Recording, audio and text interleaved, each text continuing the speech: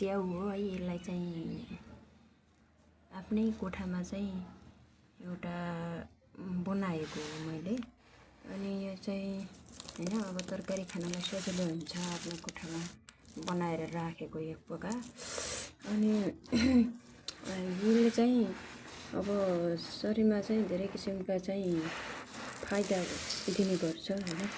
यो चाहिँ हेर्नु होला, यो राम्रोसँग चाहिँ फलेको छ।